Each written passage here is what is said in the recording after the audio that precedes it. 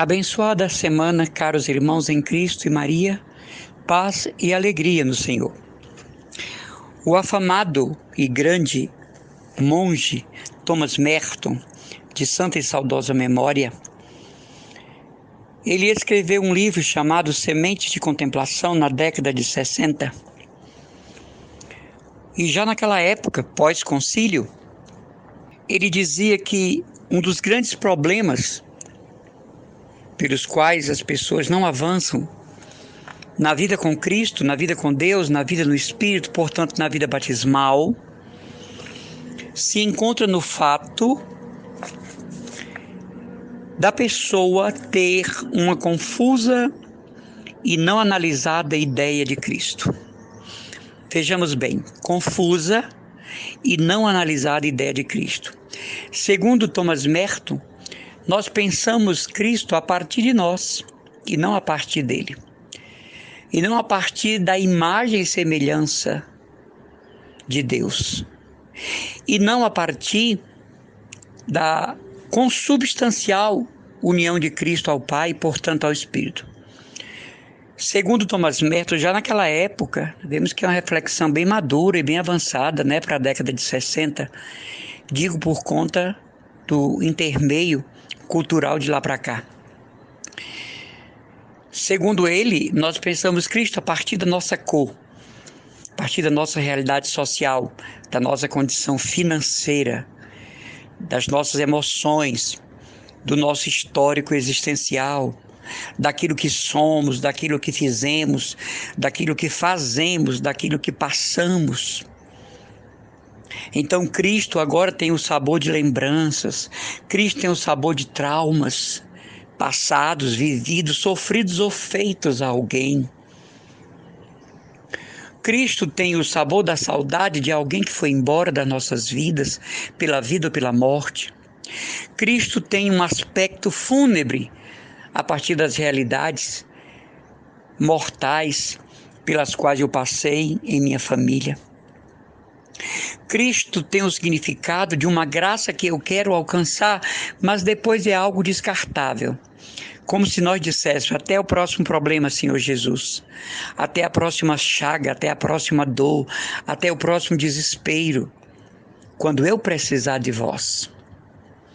Então Thomas Merton diz que esta confusa e não analisada ideia de Jesus é como que o selo do nosso tipo de religiosidade.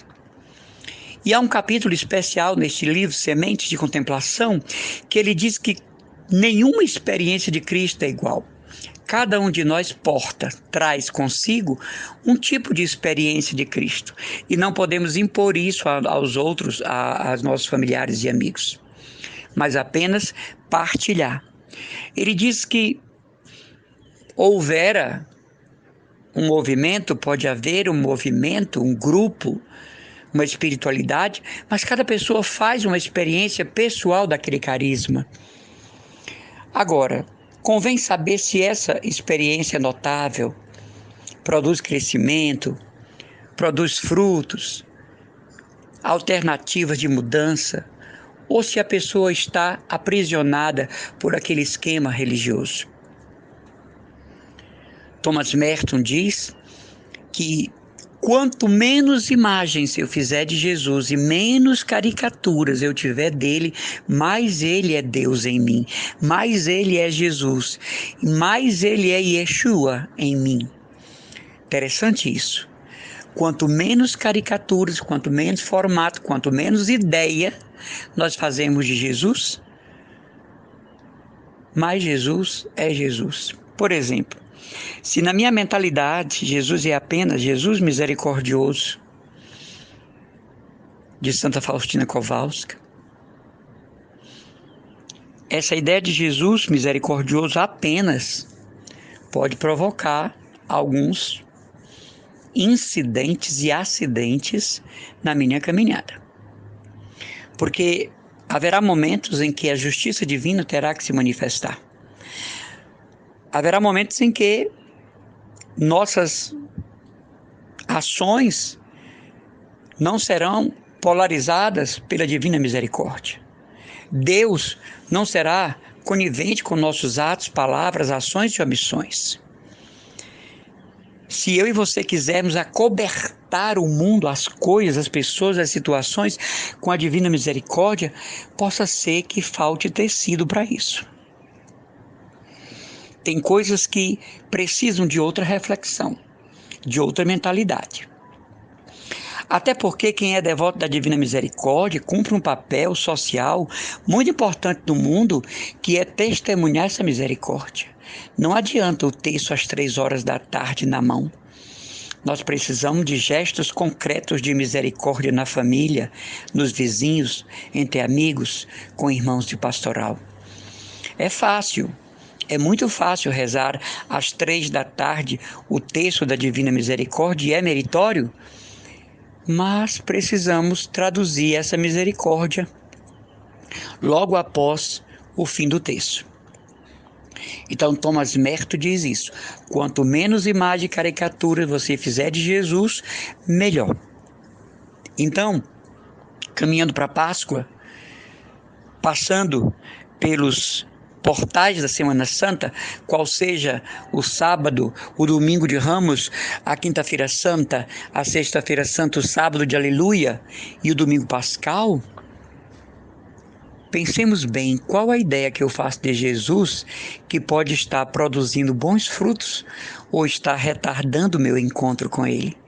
Qual é a ideia que eu tenho de Jesus que está me fazendo impor aos outros comportamentos e atitudes que não estão no Evangelho? Qual é a visão que eu tenho de Jesus que está me impedindo de ser testemunha viva dele e, portanto, derrubando a fé de tanta gente? Eu sou uma vitrine, eu sou um espelho, você é uma vitrine, você é um espelho, e as pessoas veem a Igreja Católica em nós. Você diz, não, eu não quero que ninguém me olhe como espelho e modelo, só que somos. Porque nós somos, sem querer, por sermos cristãos católicos atuantes, o Papa não quer essa expressão católico praticante, mas católicos atuantes, nós somos modelos da Igreja para os outros. Somos pessoas nesse aspecto públicas. Não adianta dizer, não, eu não quero que ninguém se espelhe em mim, mas as pessoas se espelham no seu bem ou no seu mal, no meu bem ou no meu mal. Então saiamos do rebanho de Cristo. Então saiamos da grei. Então saiamos do povo eleito, o novo Israel de Deus, que é a igreja. Sim, a Igreja Católica Apostólica Romana é o novo Israel de Deus, uma vez que o povo judeu não só rejeitou, mas massacrou e matou o Filho de Deus.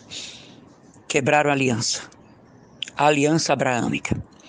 Então, meus irmãos e irmãs, muitas vezes nós não avançamos na vida com Cristo por causa da ideia que dele fazemos. E essa ideia está presente em nosso caráter, temperamento, personalidade, atitudes, pensamentos, palavras, ações, omissões. Às vezes nós somos uma presença desagradável do Senhor. Olha que contradição. Às vezes nós somos uma presença confusa de Cristo, nós somos uma presença decepcionante da Igreja Católica. Olha que coisa horrível, né? Às vezes nós somos uma presença que os outros não queriam da pessoa de Jesus, porque nós estamos com a Bíblia debaixo do braço ou na mão, com um crucifixo imenso, com o texto enrolado do pulso ao cotovelo, com medalhas imensas, escapulários visíveis, mas nós somos o contrário do que esses sacramentais querem significar na igreja. Então hoje uma meditação para a nossa quaresma, já arrumando para a Semana Santa tão perto. Já estamos vendo, não é? Pela Santa Liturgia, os muros de Jerusalém. Será que eu tenho uma ideia confusa e não analisada de Jesus? Será que eu tenho uma ideia não bem analisada da pessoa de Cristo? E deste modo nós vamos regularizando, pondo em ordem a ideia de Jesus Cristo. Mas, irmão Emanuel, Maria, eu sempre pensei Jesus deste modo. Sempre é tempo de fazer um concílio dentro de nós, né? Sempre é tempo de provocar um sínodo espiritual ideológico dentro de nós. Sempre é possível provocar uma conferência eclesial dentro de nós. Se eu e você temos uma ideia de Jesus igual a que tínhamos 12 anos na primeira Eucaristia, então está na hora de nós reciclarmos esse conjunto de ideias e vermos se até aqui nós demos mais contra-testemunhos do que testemunho. Se nós derrubamos a fé dos outros ou elevamos as torres guarnecidas da fé na vida de tantas pessoas que nos conhecem, nos escutam. Sabe, meus irmãos, quando eu saio pelas paróquias, grupos, movimentos, congregações pregando, quando eu chego em um ambiente para determinado tema, eu já expliquei aqui que palestra é uma coisa, pregação é outra. Se eu vou falar como funciona a catequese, é uma palestra. Se eu vou dizer o que é a catequese, é uma pregação. Se eu vou falar sobre como funciona uma paróquia, é uma palestra. Se eu vou dizer o que é a paróquia no contexto eclesial, é uma pregação. Se eu vou dizer quais os mecanismos da ação pastoral, é uma palestra. Se eu vou falar sobre os frutos da ação pastoral, é uma pregação. Então, quando eu chego para ministrar uma pregação que não é palestra, eu penso o seguinte: eu vou pregar primeiro para mim. O que eu vou dizer, tudo que vou falar sobre este tema que me pedem, eu vou falar primeiro para mim.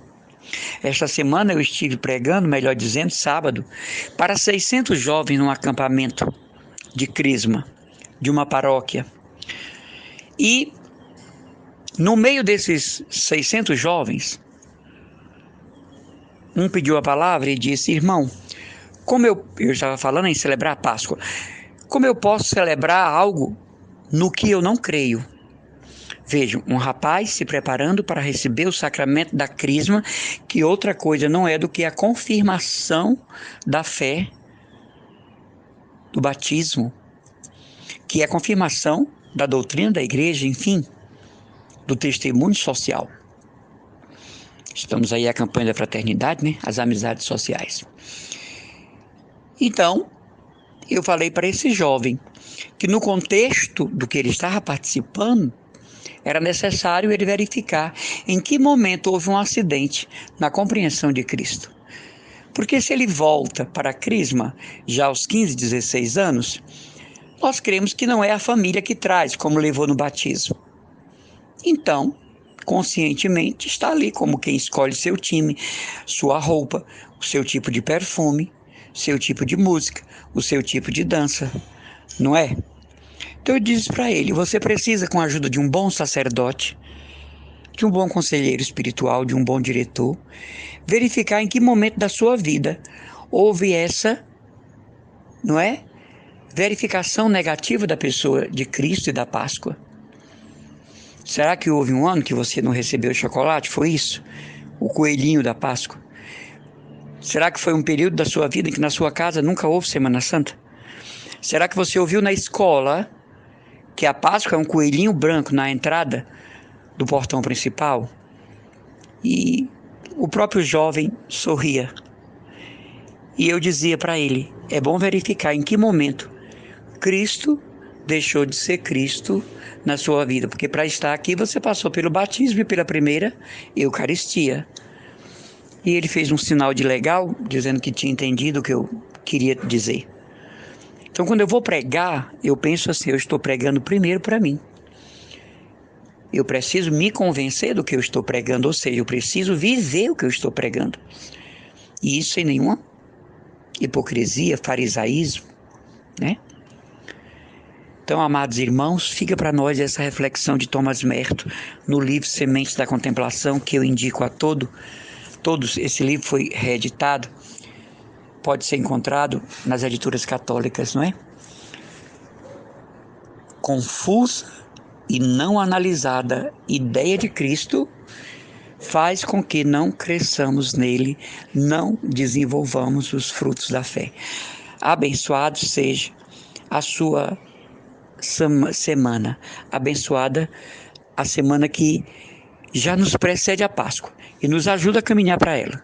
Deus abençoe, conte com o afeto e as orações do seu irmão Emanuel Maria, do Menino Jesus e Santa Teresinha, membro consagrado da comunidade católica mariana, Cristo Dominus, da nossa paróquia de Santa Luzia, no Meireles, da nossa querida Casa-Mãe na Aerolândia e do nosso novo grupo, tão amado, no Imprensa Food Square, na Desembarcador Moreira, toda segunda-feira, 19 horas.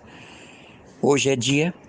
Convido você a conhecer esse grupo aberto que está tão bom, que está tão agradável, que está tão acolhedor da palavra de Deus e do ministério da igreja.